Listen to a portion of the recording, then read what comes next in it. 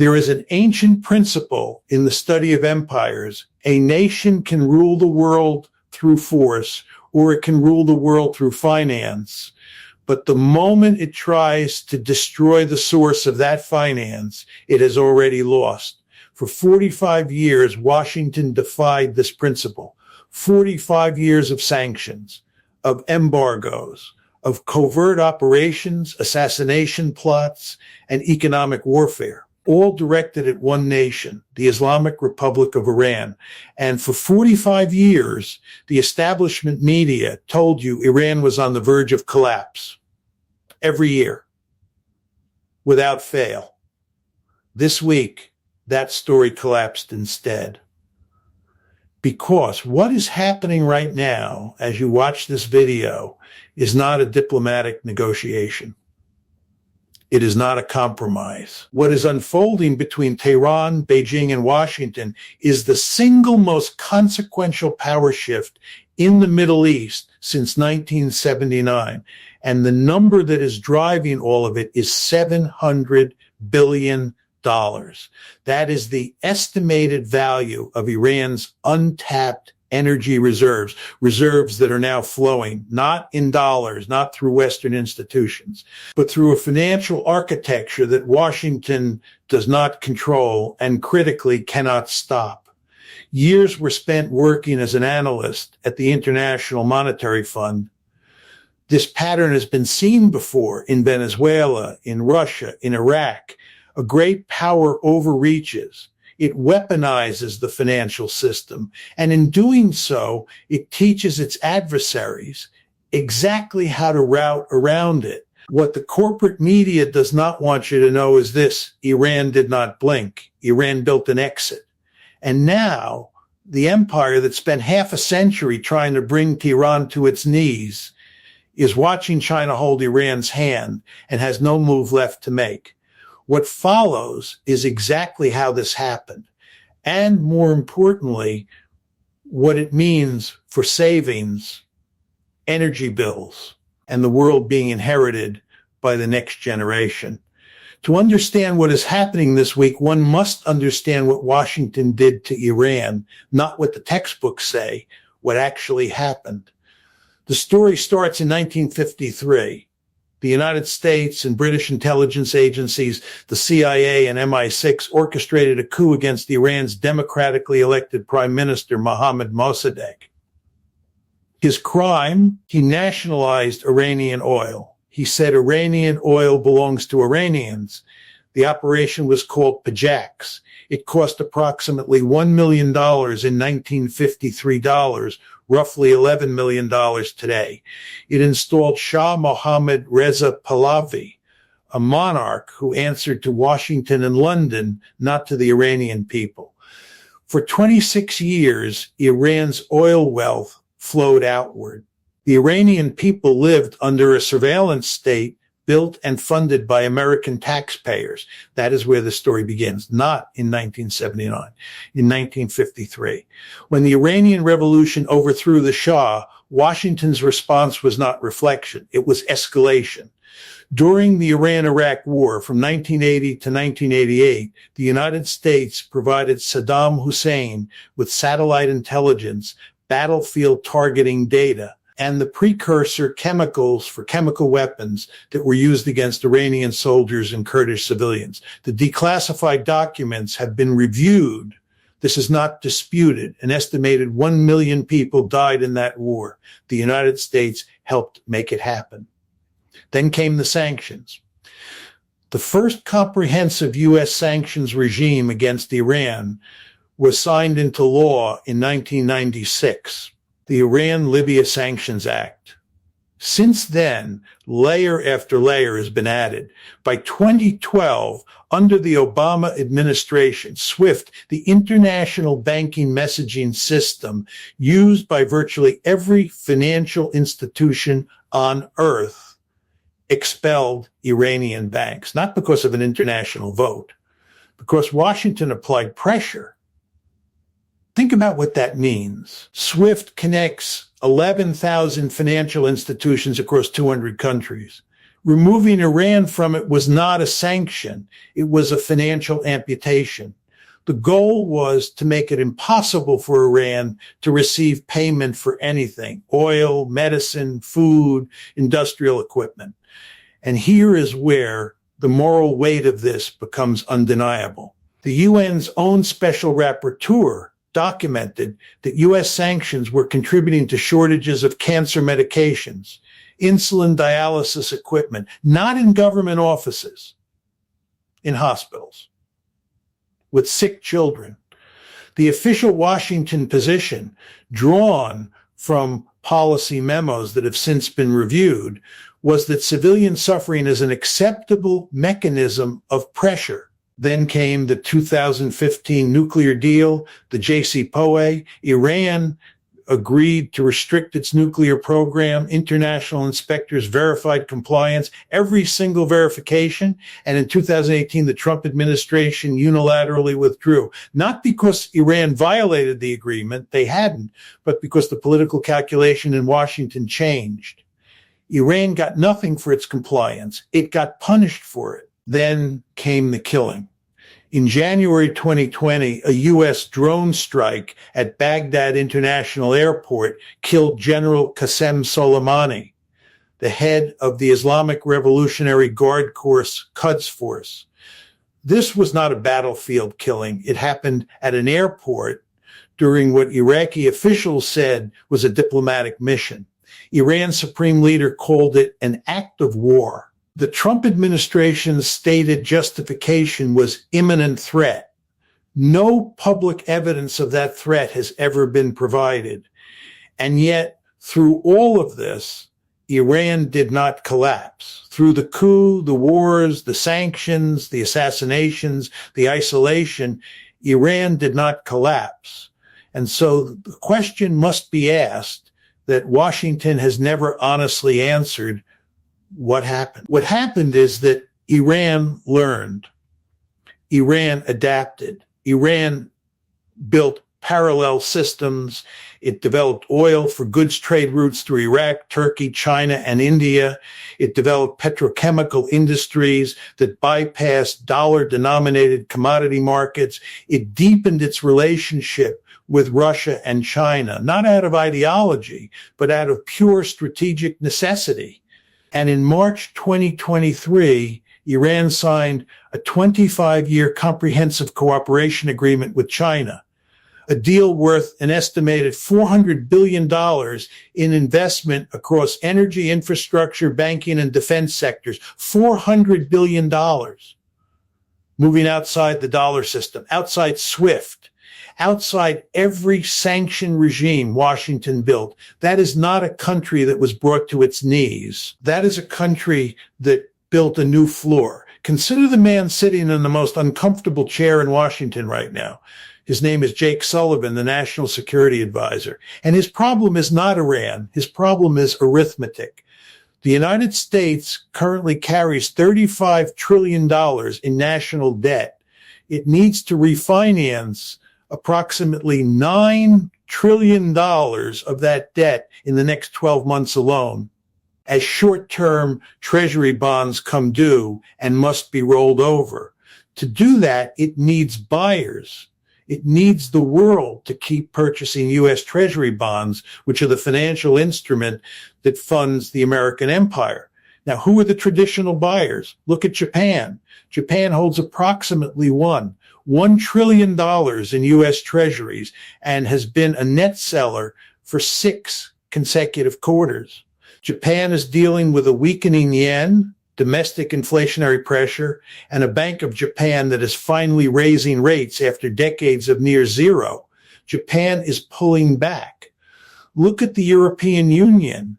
Europe is rebuilding its own defense infrastructure after Ukraine exposed NATO's supply chain weaknesses. European capitals are financing their own sovereign priorities. They are not adding to their treasury positions. Look at Saudi Arabia, the original pillar of the petrodollar system. The deal that Henry Kissinger constructed in the 1970s, Saudi Arabia prices oil in dollars and in return, the United States guarantees Saudi security. That deal is now visibly fraying. Saudi Arabia conducted its first oil trade with China, priced in yuan, in 2023. The Crown Prince, Mohammed bin Salman, met with President Xi Jinping in Riyadh. Saudi Arabia was granted full membership in the Shanghai Cooperation Organization in 2023. So Japan is stepping back. Europe is redirecting. Saudi Arabia is hedging. Who does that leave? China currently holds approximately $775 billion in U.S. Treasury bonds. China is the financial system's largest remaining structural buyer, with both the reserves and the institutional capacity to absorb significant Treasury issuance. And here is the absolute irony, the absolute bitter comedy of Washington's position. For the past 3 years, the United States has been engaged in comprehensive economic warfare against China. $50 billion in semiconductor export controls designed to strangle China's technology sector. Tariffs reaching 145% on Chinese goods in 2025, the highest in a century. Political campaigns built on the premise that China is the enemy. And now the Treasury needs Beijing to keep buying bonds. This is the ancient rule reasserting itself. You cannot declare war on your own banker. This pattern has been watched play out at the IMF in the developing world, in country after country, that weaponized financial leverage beyond the point of sustainability. The mechanism is always the same. The dominant power overextends. It uses financial access as a weapon. The targets build alternatives. And then the dominant power needs something from the very entities it tried to destroy. And it has no leverage left because it already used it all. What does this have to do with Iran? Everything. Because Iran is now the proof of concept. Iran is the demonstration project that every targeted nation on earth is studying. Iran proved that you can withstand swift expulsion, that you can route energy payments through bilateral arrangements in non-dollar currencies, that Chinese infrastructure investment can substitute for Western capital markets, that a nation excluded from the dollar system can not only survive, it can sign a $400 billion deal with the world's second largest economy. Russia watched Iran and did the same after 2022, rerouting energy exports to India and China, pricing in rubles and yuan. Venezuela built oil for goods arrangements with Beijing. Now North Korea, Cuba, Syria, Belarus, every country on the U.S. sanctions list is watching what Iran built and replicating it. Washington didn't just sanction Iran. Washington created the curriculum for dollar independence. And Jake Sullivan knows this.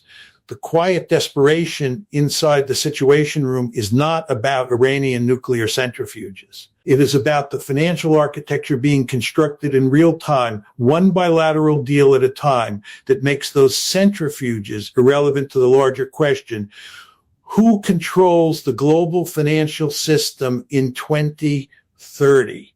That is the nightmare, not Iran, the precedent Iran set. Now, it is important to mention someone whose work has been absolutely essential to understanding this moment.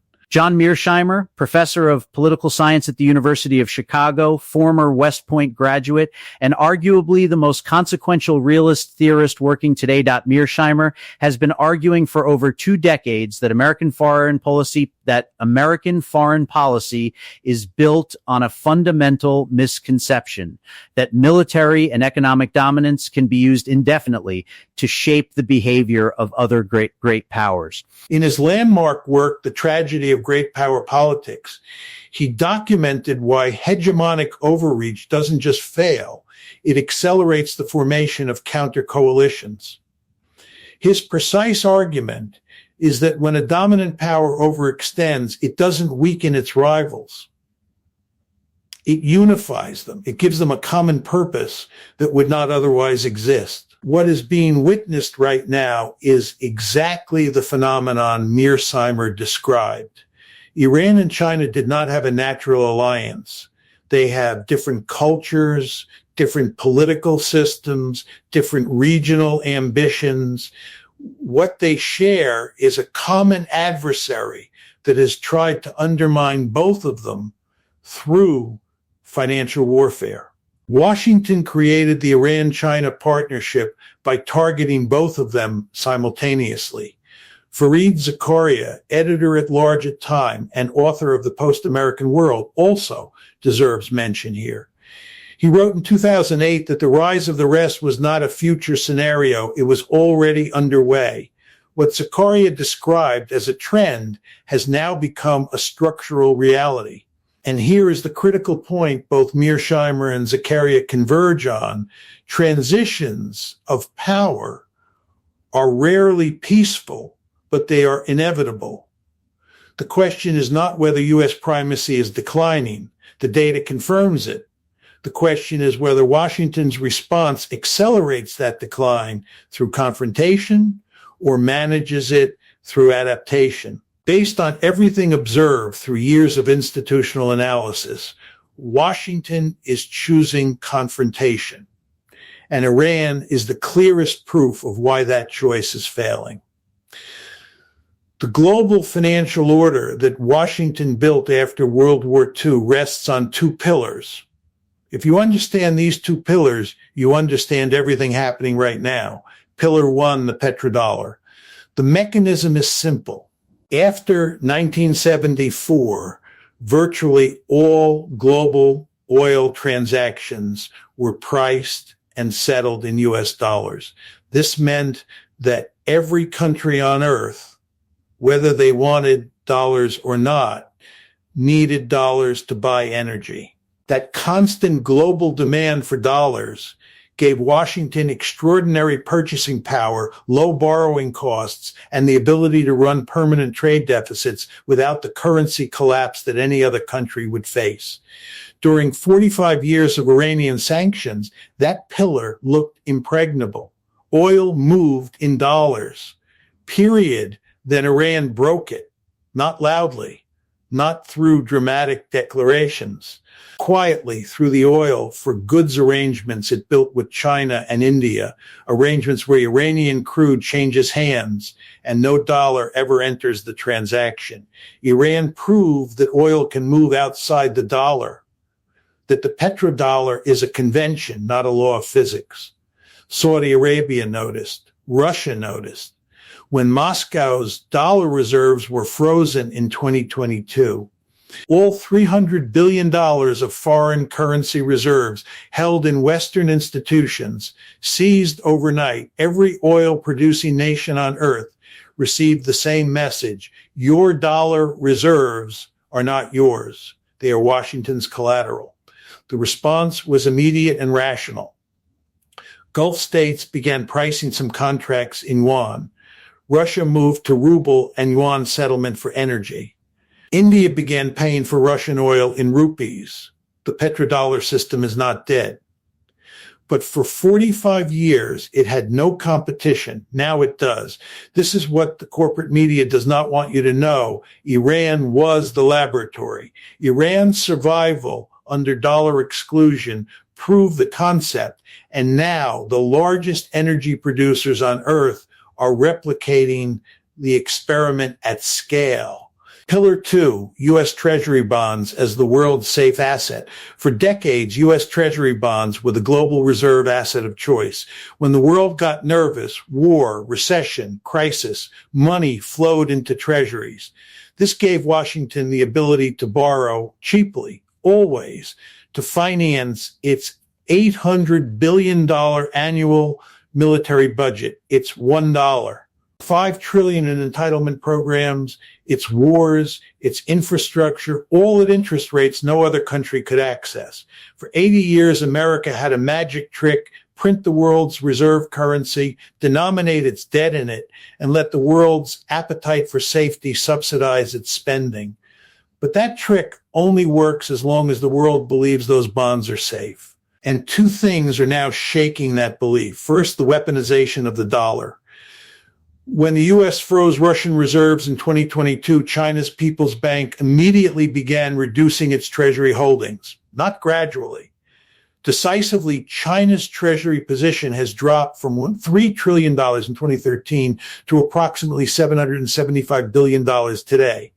That is not portfolio management. That is strategic decoupling. Second, BRICS expansion.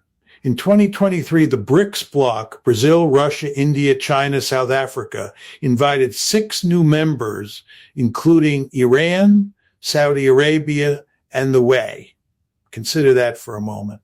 Iran and Saudi Arabia, 2 nations that have been geopolitical adversaries for decades, are now inside the same economic architecture. Together, these are not countries building a better version of the dollar system. They are building an alternative to it. The BRICS New Development Bank now has $30 billion in capital. Bilateral currency swap arrangements between member states total in the hundreds of billions. The system is not theoretical. It is operational. What is being witnessed is the end of the period in which the United States could use financial exclusion as a cost-free weapon. Iran demonstrated the exit. Russia validated it at scale.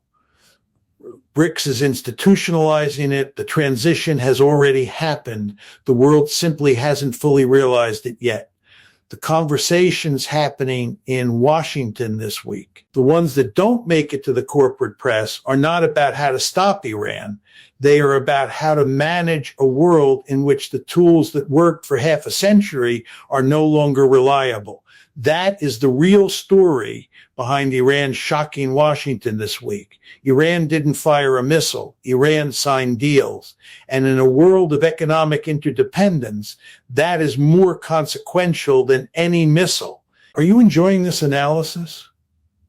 If what you're hearing right now is opening your eyes to what is actually happening in the world, to the connections that the mainstream news cycle never draws, to the financial and strategic logic beneath the headlines, then take a moment and hit that subscribe button right now. Join the tens of thousands of people who are waking up to the real architecture of global power.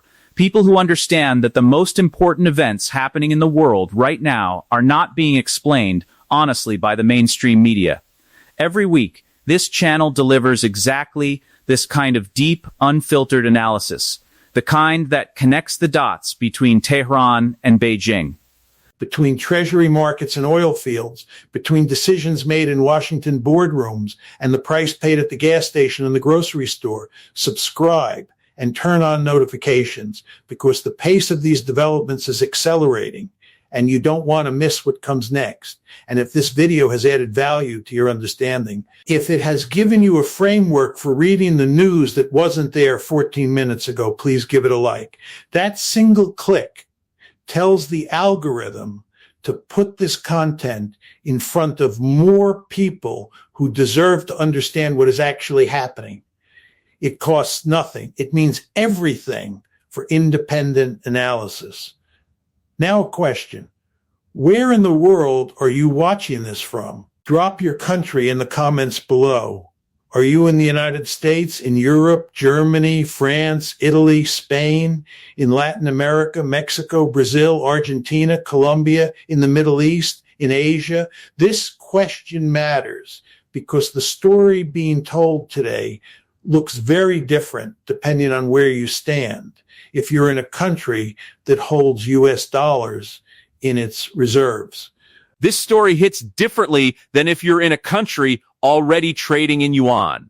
The comment section on these videos consistently produces some of the most sophisticated geopolitical conversation anywhere on the internet, and that perspective matters. Tell us where you are, and now let's talk about what this means directly. Not for Iran, not for China, for the person watching this video. For savings, for energy costs, for the purchasing power of the money sitting in a bank account right now, because this story doesn't end in Tehran. It ends in the wallet, whether this is being watched from Phoenix, Arizona, or Frankfurt, Germany, or Sao Paulo, Brazil, what has just been laid out is not abstract geopolitics. It is inflationary pressure arriving at the front door. Here is the direct mechanism. When the US dollar loses its status as the exclusive medium of global energy trade, global demand for dollars falls. When demand for dollars falls, the Federal Reserve faces a choice: raise interest rates to attract buyers back, or allow the currency to weaken. Raising rates crushes housing markets, increases the cost of government debt service, which is already running at over $1 trillion per year, and tightens credit for every American business and consumer. Allowing dollar weakness means import prices rise. And since the United States imports an enormous share of its consumer goods, that means the grocery bill, the electronics, the clothing, all of it becomes more expensive.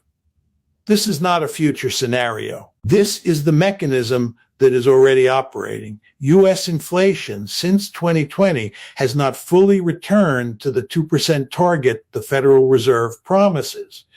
And one of the structural reasons is that dollar demand, the invisible subsidy that kept American consumer prices artificially low for decades, is eroding. The savings account, priced in dollars, is the piggy bank that pays for the declining empire. And the energy bill is directly connected to what happens in the Persian Gulf.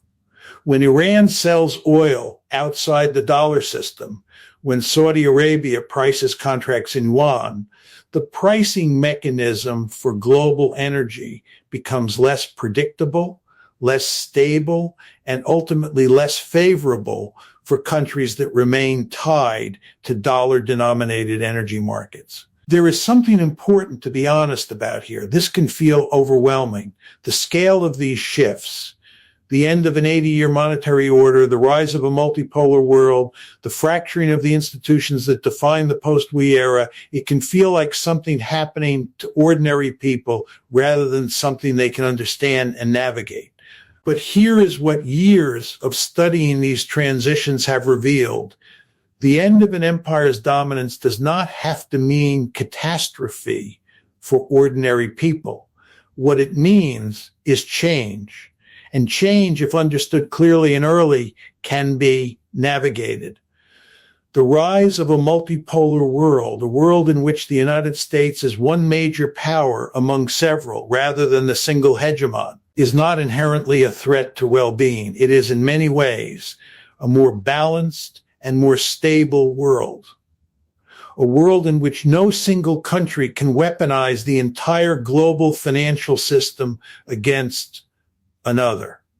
A world in which trade routes and investment flows are more diverse, more resilient, and less subject to the geopolitical moods of one capital city. The deals being signed between Iran, China, Russia, and the Gulf states are not aimed at destroying America. They are aimed at creating options. And the existence of those options is actually good for everyone, including Americans who have been paying the hidden costs of empire through inflation, through military budgets, through the endless wars that the empire required to maintain itself. The advice is simple. Do not listen only to what officials say. Watch who they are shaking hands with. Watch where the money is moving. Watch which currencies are appearing in energy contracts, in infrastructure deals, in central bank reserves. The handshakes tell the truth. The statements are for the press release. Stay alert, stay informed, keep questioning the version of events provided by media organizations owned by the same financial interests that benefit from the current order. Because what is being lived through right now in this moment, is not a crisis. It is a reorganization. You are witnessing the foundations of the world order being restructured in real time. The transition has already happened. The world is simply still catching up to what it means. And now you are not